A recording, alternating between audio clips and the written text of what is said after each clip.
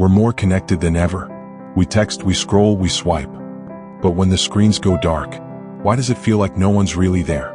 Claire wakes to a flood of messages, but none ask how she slept, or if she dreamt of him again. Daniel brews his coffee. His son sends a meme.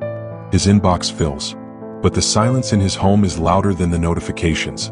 We wear masks made of pixels. We smile for the feed. But inside, we ache for someone to truly see us.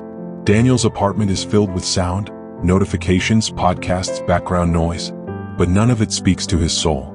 During lockdown, Claire clung to video calls. Daniel joined virtual trivia nights.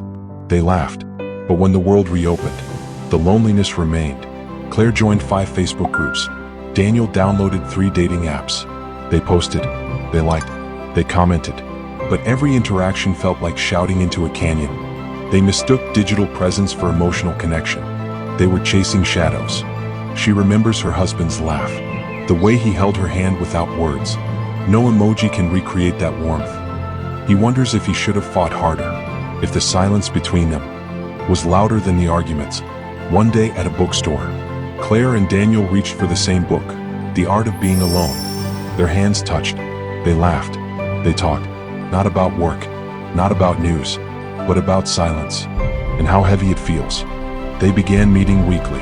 No phones, just presence, just being. She told him about the nights she cried alone. He told her about the mornings he didn't want to wake up. They listened, they remembered, they healed. Claire began painting again. Her strokes were softer, her colors warmer. Daniel started writing, not code, but thoughts, feelings, regrets. They walked in the rain. No umbrellas, just laughter, just freedom. They still use phones, but now they live first, post later. They sat in silence, not awkward, but sacred. Daniel baked her a cake. No filters, no hashtags, just warmth. His son came to visit. Claire was there. They talked, really talked. Claire found an old letter from her husband. She read it to Daniel. He cried. They drove to the coast. No itinerary, just the ocean, just each other. Claire feared loving again. Daniel feared being left again. But they stayed. They started a local group, offline Sundays.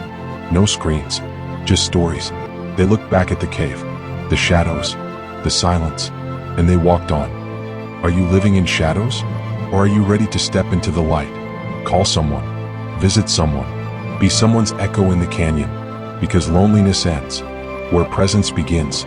Claire and Daniel walk into the horizon, not as lovers, but as companions, proof that connection is still possible.